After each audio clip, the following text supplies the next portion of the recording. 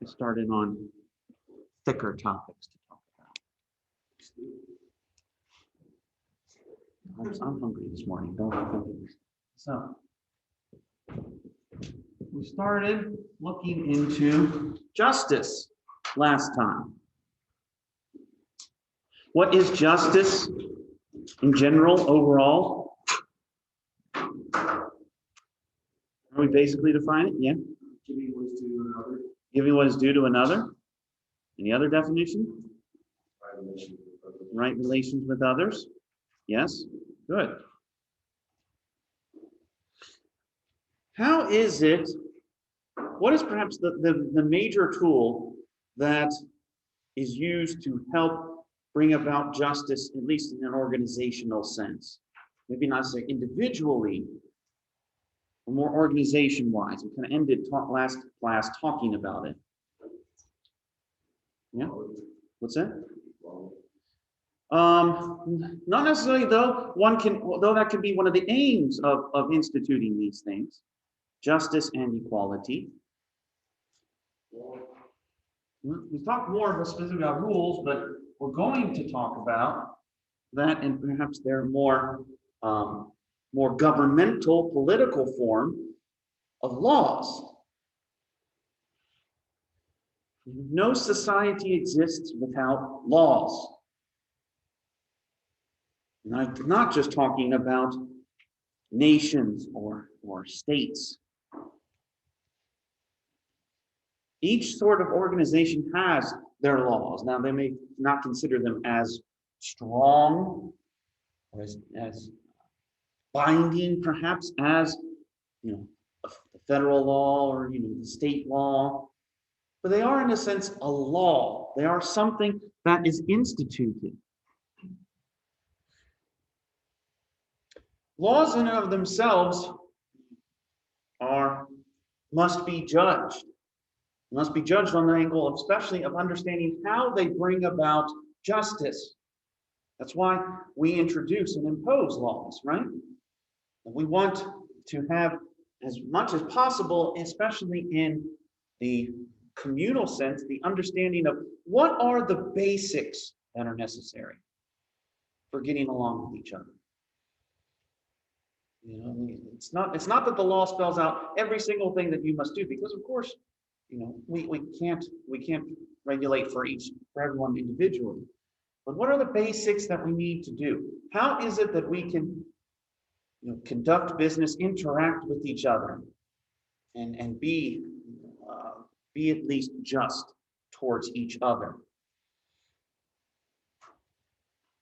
So how is it we can judge what is a moral law, what is a just law? We can do that based on the 4 parts of the kind of traditional definition of what a law is. And this definition comes from the medieval theologian Thomas Aquinas. So in defining what a law is, Aquinas says a law is first of all a dictate of reason.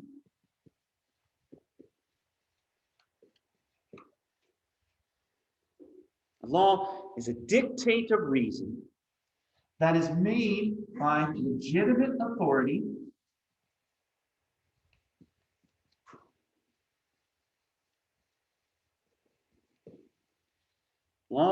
dictate of reason made by legitimate authority that must also be properly promulgated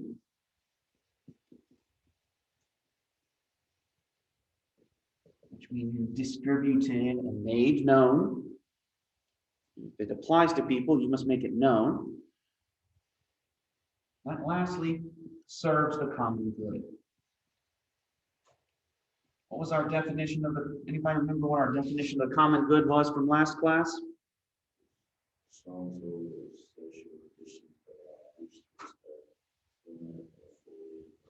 Absolutely. The sum total of conditions that allow people, individuals, and groups and societies to reach their fulfillment more easily and more fully. Yeah. Promulgated. I know my chicken scratch is not the best. So we can say a law is just, a law is moral, if it checks off these four things. If it satisfies these four conditions of the definition, it is properly a just or moral law. Yes. How do you determine the specificity there with like a legitimate authority? How do you go about figuring it out?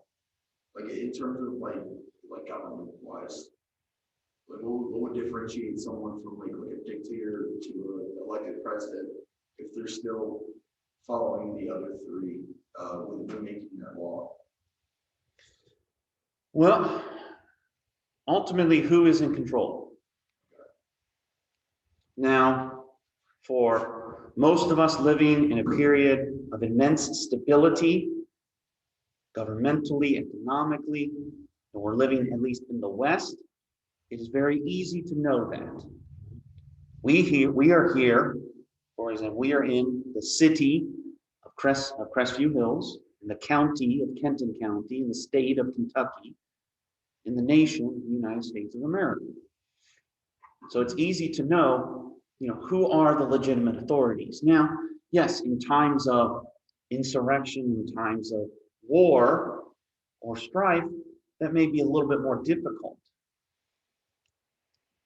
So, yes, that can come into question. That can come into question. Like, do they have the authority to do that? But that's usually more of an issue in those periods or in those times than kind of the times we're in now. That answer that? Yeah, thank you. No problem. So, a dictate of reason, it is something that can be reasonably done or expected.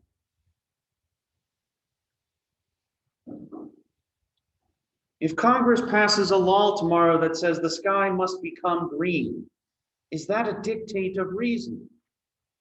Obviously not.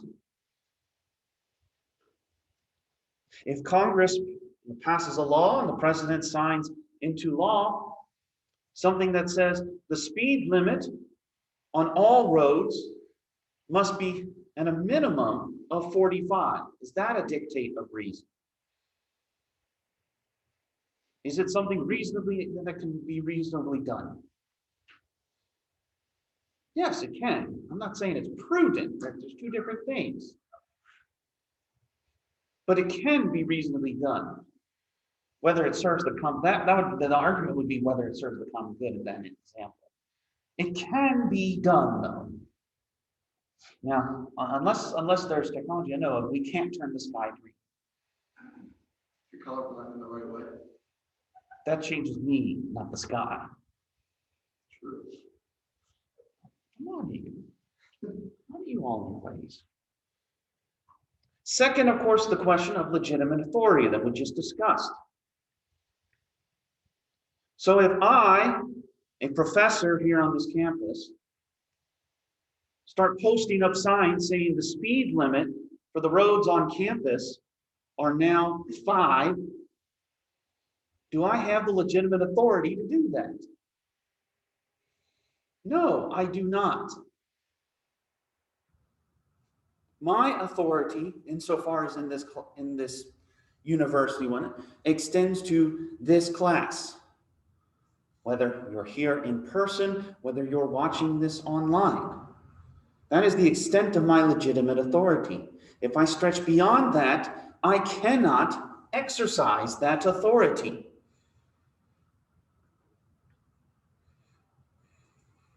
So if the governor of Kentucky tries to get through the state assembly something that affects citizens in Ohio, that's not, for the most part, his legitimate authority. Now, if he wants to do something concerning what the citizens of Ohio do when they come into the state of Kentucky, that he has some authority over, whether it checks off the other ones. Properly promulgated, it means it must be known. It has to be distributed and denounced.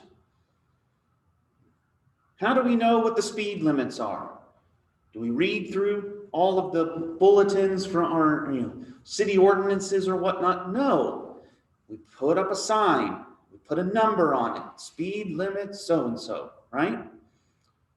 That is how we properly promulgate speed limit laws and codes. Or else we tell you the general thing. When in doubt, I think for the state of Kentucky, for example, when in doubt, rural roads, unless they're marked otherwise, are 55. I think city roads are 35, unless marked otherwise.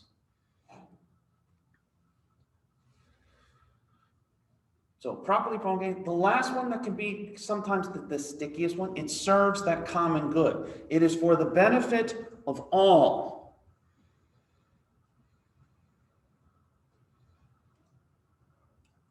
Or at least it is not, or and perhaps at the minimum, it is not at least harmful to all. That what it aims for is, yes, to allow people to fulfill, to reach their fulfillment, to reach their happiness more easily, more fully. How do speed limits allow that to happen? How would you argue speed limits allow that to happen? Well, if you have the speed limit at a certain point and people just decide to go way faster regardless, you then have an issue where you have some people completely disrupting the potential for happiness for others, thereby pretty much destroying the idea of common good. Okay. Certainly the breach of it, but why don't we just allow them to drive however fast they want? Can't people be reasonable about that? Other thoughts, other ideas?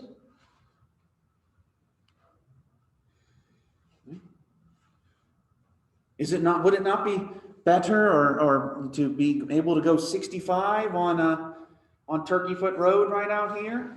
Just whenever you want?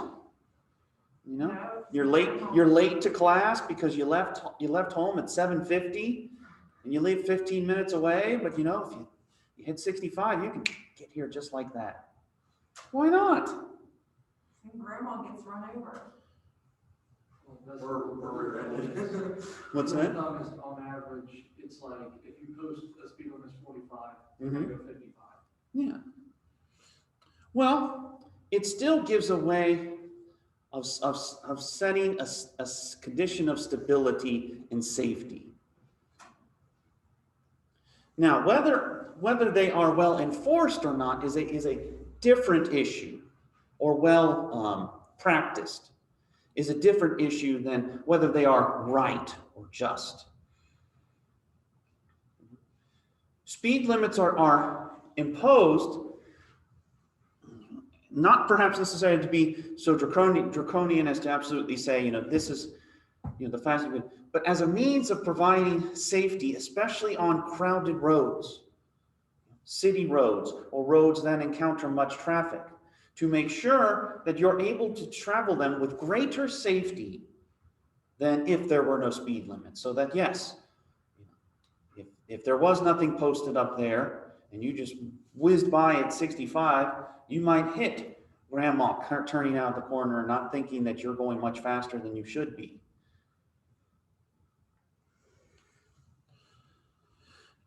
So this is the ultimate goal of a law. All of this is to help this. It's to help that it serves the common good. It in some way benefits all of the people that it's affecting. What might be another example of a law that you would say would satisfy all these conditions? Like burglary laws. I don't know why I couldn't say that word. Anti-theft laws? Yeah. Others? Other ideas?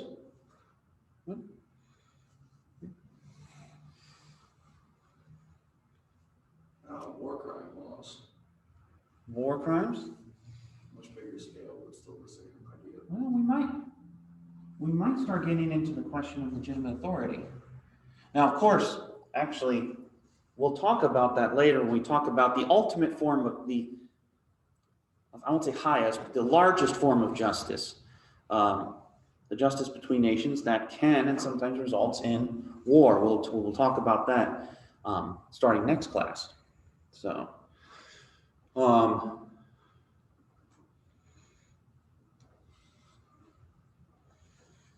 what might be an example of a law that doesn't satisfy this? That doesn't satisfy all four of these conditions. What's an idea? What's one of them? Prior to the civil rights movement, the Jim Crow laws. Jim Crow laws? Yeah. Jim Crow laws or the segregation codes. Were they a dictate of reason? Could they be reasonably done? Differentiate the two. Not saying whether they're right or just that point. Can they reasonably be carried out? Technically, yes. Were they issued by legitimate authority? Technically, yes. Were they properly promulgated? Technically, yes. Do they serve the common good? And then don't confuse those first two. The dictate of reason is can it be done, not whether it should be. The last condition, serves the common good, asks that ultimate question.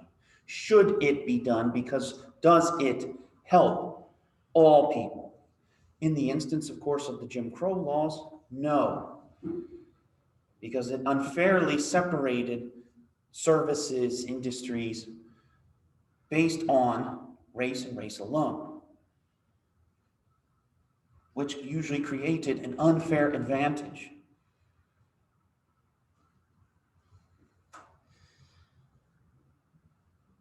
Others?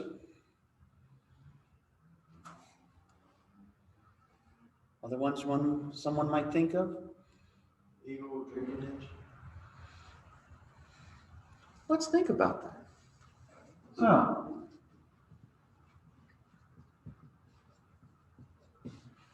what is the drinking age in the United States? 21. 21.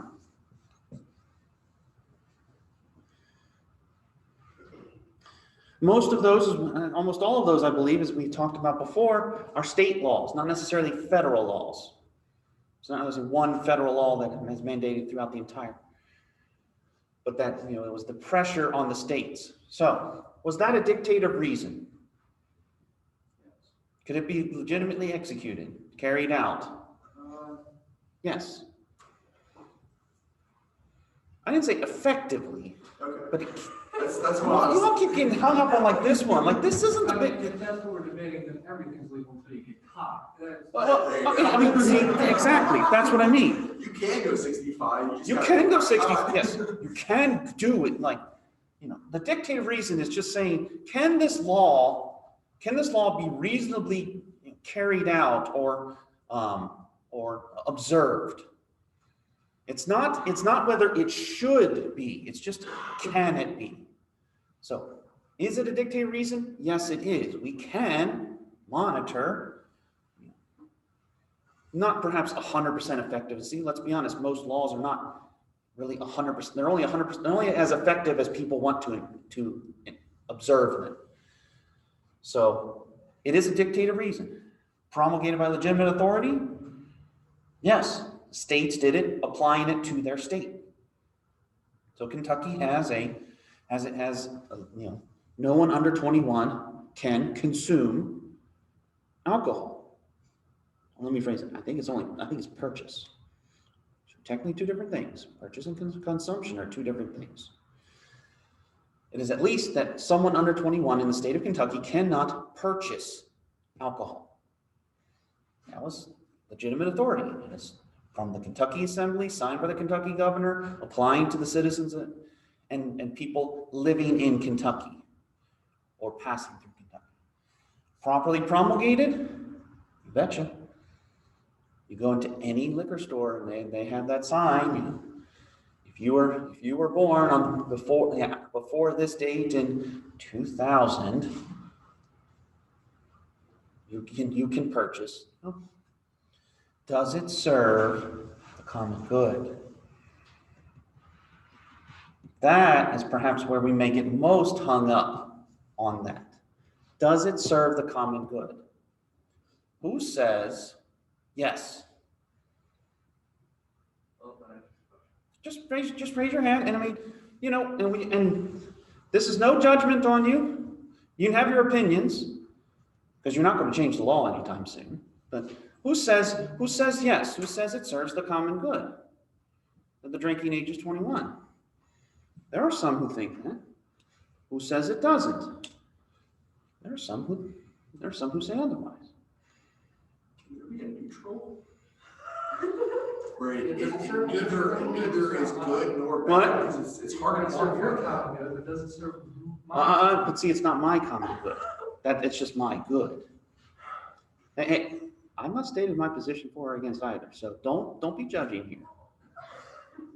Well, I don't mean yours in general, I mean like, I'm trying to say that it might serve the common good in general, but when you look at a specific group, such as people under 21, Mhm. serve their common good for that group. Well, the argument in this instance, the argument presented was, you know, when the drinking age was, when the purchase age really was at a lower age, there was a higher rate, there were higher rates of alcoholism, higher rates of accidents, higher rates of alcohol-related incidents. And arguing, you know, that age range, I'm not saying I am, this is the president, that the argument is that this age range was too immature to be able to handle the consumption of alcohol. Hence, for not only their safety, not only the safety of those in this age range, but because oftentimes that affected people, you know, other people, especially accidents, drunk driving accidents, that it would serve the common good to restrict it, though it means that, yes, you know, 18 to 21 who had previously been able to, you know, can't enjoy it. It is in a certain sense, it is for their better. That's how the argument would be presented. Now, of course, the argument could also be presented, and is sometimes, in a certain sense, maybe rightly so, that even though the age has been raised, that has made it that has given it that certain tinge of what am I mean? Not illegitimacy, but, you know, being, you know, illegal, illegality. It gives that particular flavor. Ooh, I'm doing something, you know, illegal. What's that? Yeah, rebellious. I'm breaking the law. I'm having myself a beer, even though I'm 20. So it could be argued at the same time that raising the law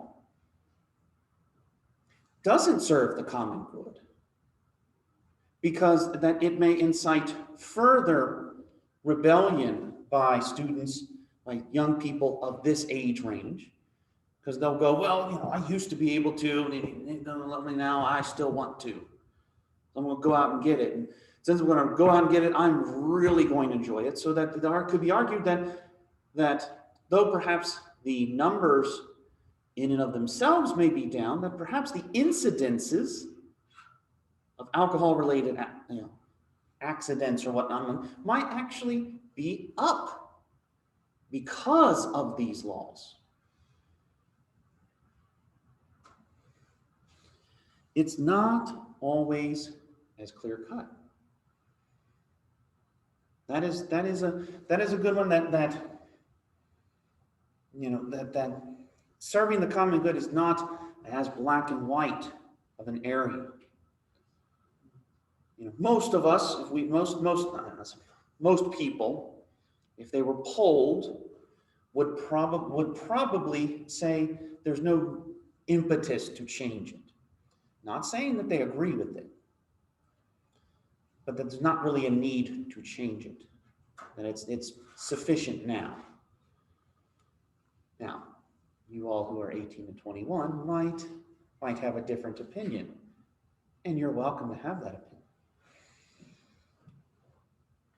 So, but this is more often than not where the judgment of a law being just or right happens. It happens because it's the question of, does it serve the common good?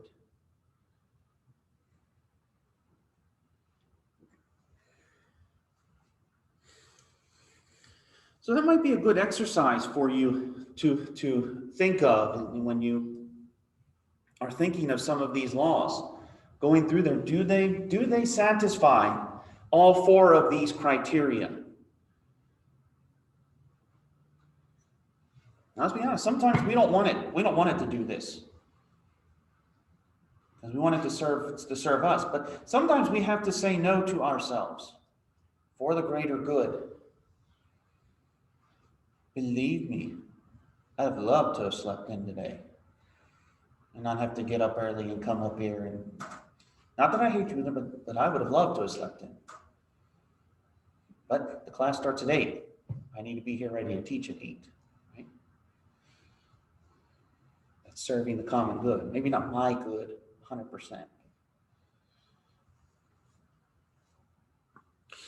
So, laws are the kind of corporate way we try to enact justice, to promote and enact justice in a corporate sense. As we said before, laws are not the be-all and end-all, though, of justice.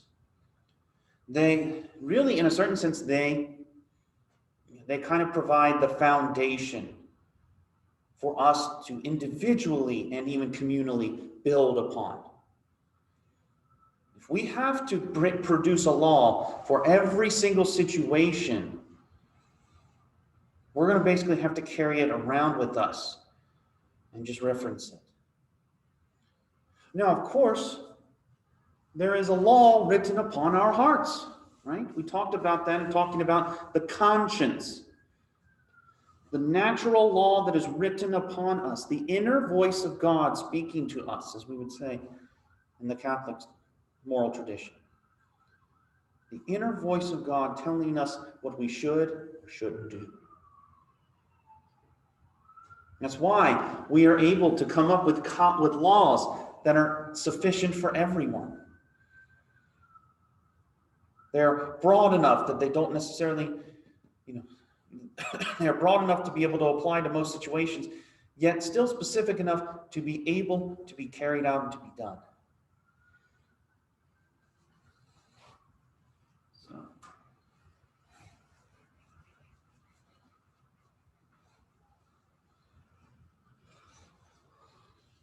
Any questions on that? Yeah.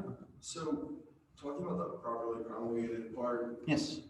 it's so like, just as an example, so like there are some laws in the United States that are like thousands upon thousands of pages of different things Mm-hmm. that like congressmen don't even get a chance to read before they have to vote on them. Right.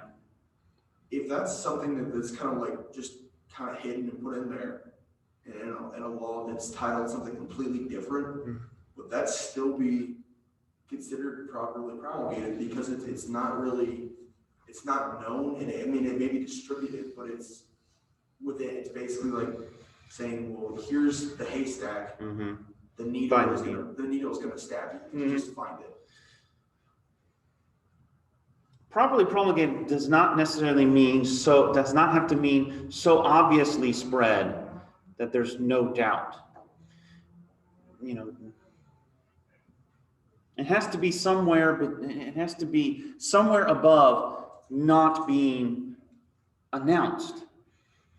So if Congress passes a law, I don't know how this would even happen without the media knowing, but if Congress passed a law and the president signed it saying the drinking age will now be 35, and yet didn't distribute that information, is it fair then to arrest or to fine, to punish liquor stores who are selling to people between 21 and 35? No, because the stores don't know.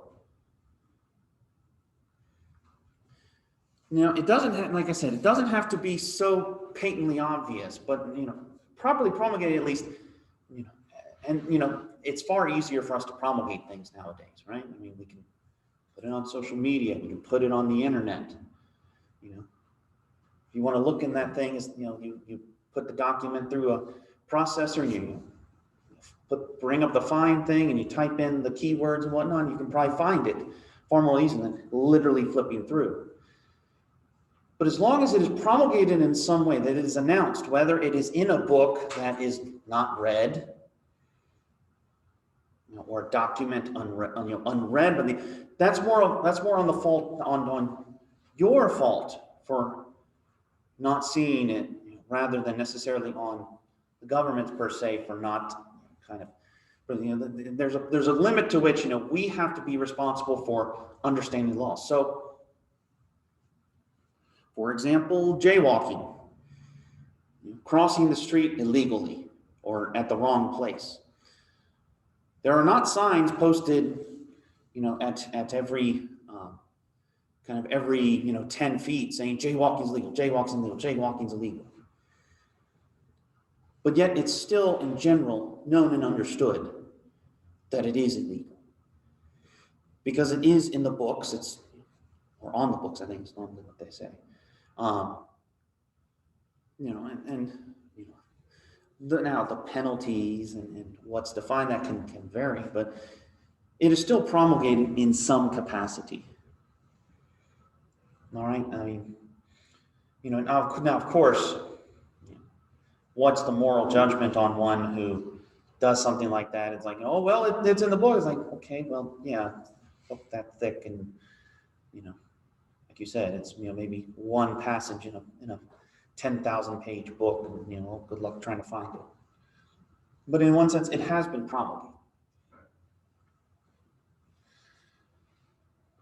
So, if I enact a law that says all of you will be getting a C minus as the highest grade, and I don't announce that, and we get to the end of the class and you see, even though you've gotten full grades on everything in the class, and yet your final grade is a C minus, and you're going, what's going on here? And I say, well, that's my law, that's my rule.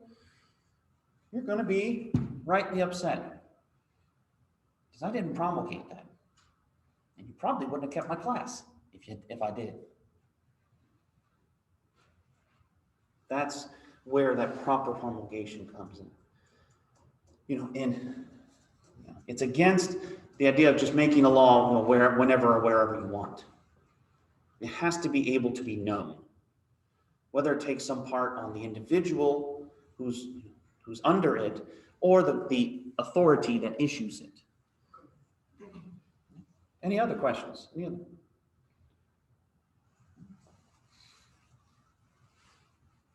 Look into, reflect on that in your own experience of the laws as well. Now, we talked about justice is right relations with others, giving others their due. That is not just done on an individual sense, just between me and you as the students, I as the professor. That is also done between the individual and the community. There are different ways that we enact justice, that we carry it out. So the first type of justice is called commutative.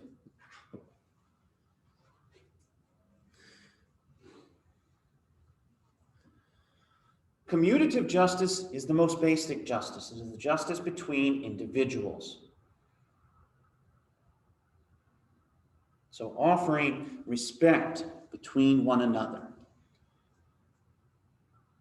The respect that you are meant to have towards me as the professor, the respect I am supposed to have towards you as the students, as the ones taking this class.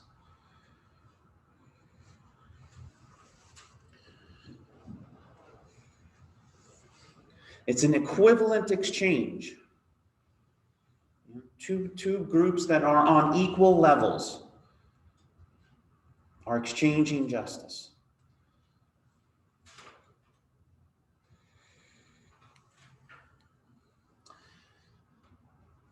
But then, going beyond, there's the relation between individuals and communities. I'm talking about them in the two directions that it can go. The second type and the first of these, if I can spell.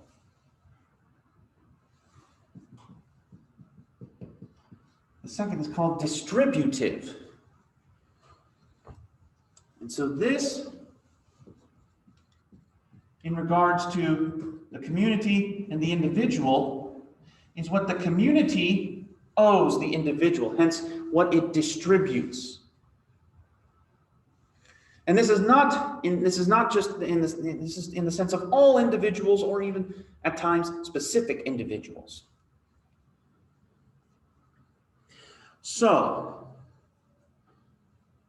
what does the community owe a homeowner, for example?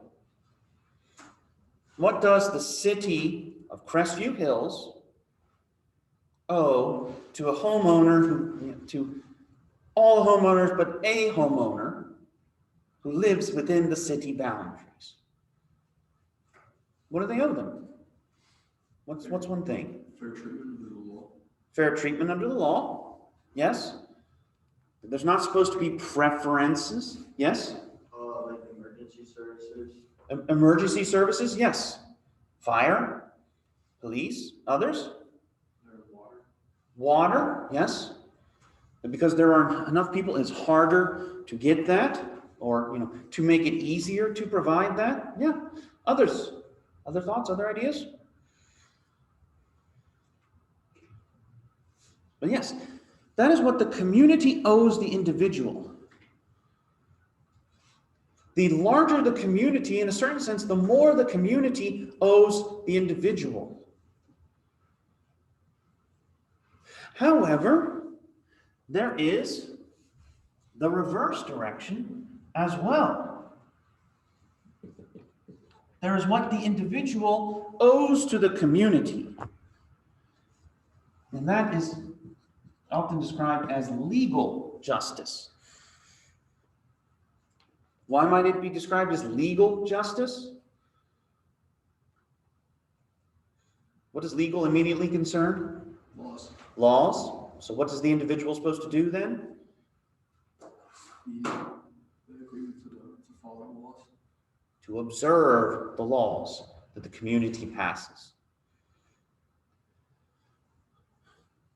So if Crestview Hills passes saying the speed limit must be no more than 45 on any of its roads in town, we are called, in exercising prudence, to observe that. Maybe perhaps there might be an emergency situation that justifies us going about 55, 60 to try to get somebody to the hospital. Maybe. That is the exemption more than the rule. Right?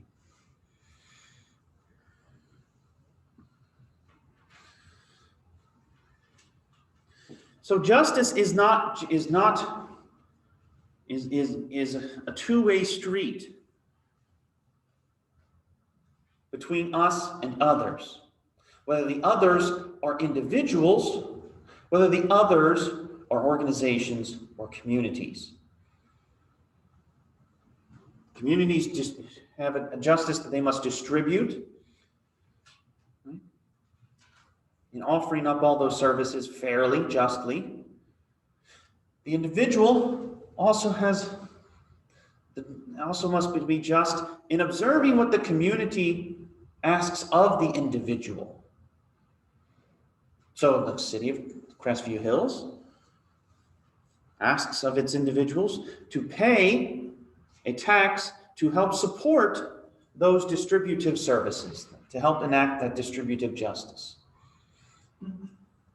Those who work in the city of Crestview Hills, or those who live in the city of Crestview Hills, observe that legal by paying that which goes toward enacting that distributive justice. So there can be a little bit of a cycle here, how one benefits the other.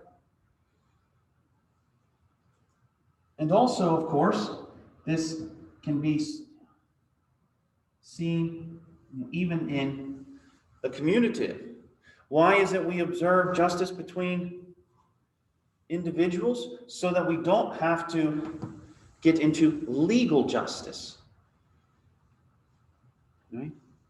I, a homeowner living here in Crestview Hills, hire a contractor to fix my house.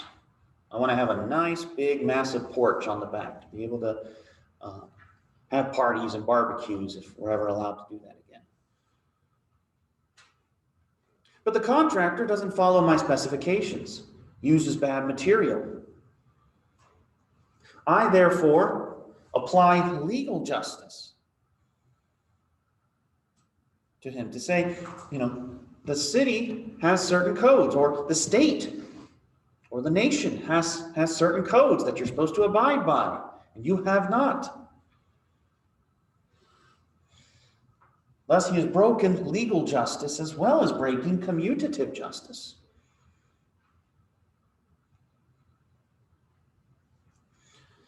So, we have a lot of interplay in these types of justice. It's not so limiting that it's just enacting that. And we all partake of it in one form or another.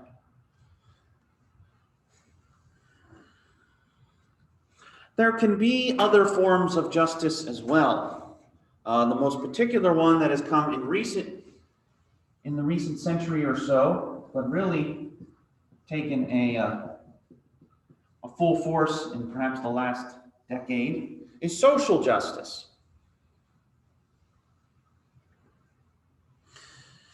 Now, social justice can be defined as far as what in the Catholic moral tradition, social justice is defined as the respect for the human person, and the rights which flow from human dignity, and the rights which guarantee human dignity.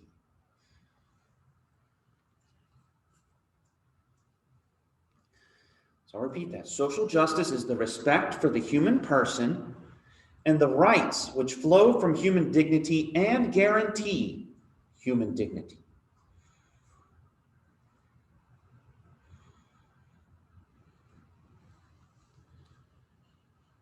Why? Because society must provide the conditions that allow people to obtain what is their due according to their nature and according to their vocation.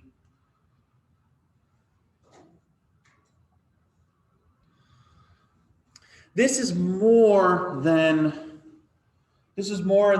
just enacting laws, though it can and very much often does involve that. Social justice is concerned with fostering above all that respect that all should have for the human person, the metaphorical or generic human person, but also the human persons who are in front of us.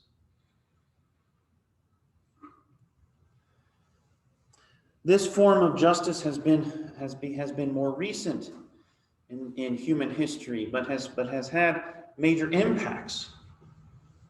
Much of social justice was originally concerned with justice for workers and laborers. As the Industrial Revolution happened, people were treated unfairly. They were paid terribly, worked almost to death, sometimes even to death. Given few to no breaks, working them 6 or even 6.5 days, 10, 12, 14 hours. almost no breaks, forcing children even to do it. So getting laws passed, getting minds changed to go from an idea of 60 hours to more of 40 hours a week, working 5 days instead of 6 or 6.5. Improving conditions in the work environment.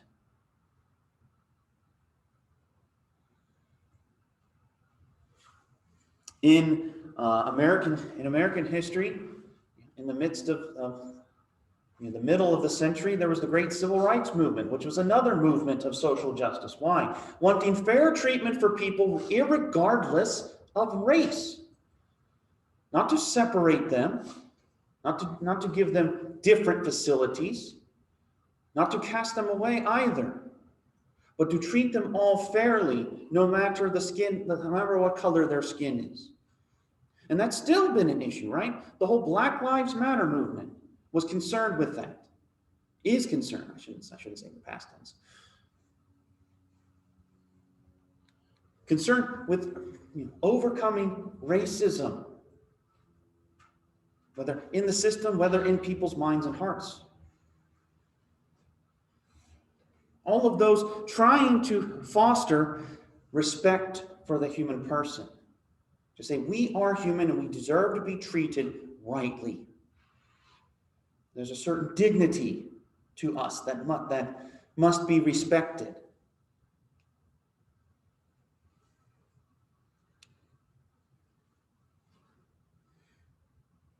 There's also increasingly been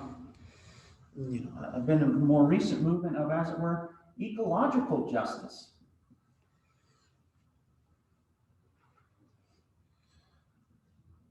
Why? It is argued that what is the one thing that is most other to us? Nature or creation. That it is not perhaps in many ways as bountiful as we try to make it out to be, or that we abuse it.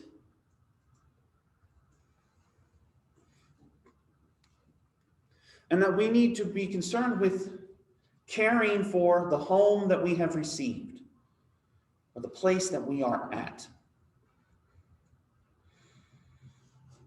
This has even become a growing topic of concern within the Catholic Church. Pope Francis, a few years ago, issued a document called Laudato Si, which is on concern for our common home. And looking at this sort of ecological justice in the perspective of the Catholic moral tradition. To use things rightly and well, to have respect for this gift of creation we have received, as we would call it, or describe it. But in all of these things, striving to enact that right relations with others, whatever and whoever the other is. You'll talk more about this when you get into your senior seminars, especially in the topic of social justice, what that means in all of that, and then going from there. But at least for now, getting a basic understanding of this, at least individual justice. So for next class, read up on chapter 8 of Introducing Moral Theology. We're going to talk about the ultimate form of justice, or perhaps ultimate form of injustice, war. So read up on that, and we will discuss that and look at that for next class.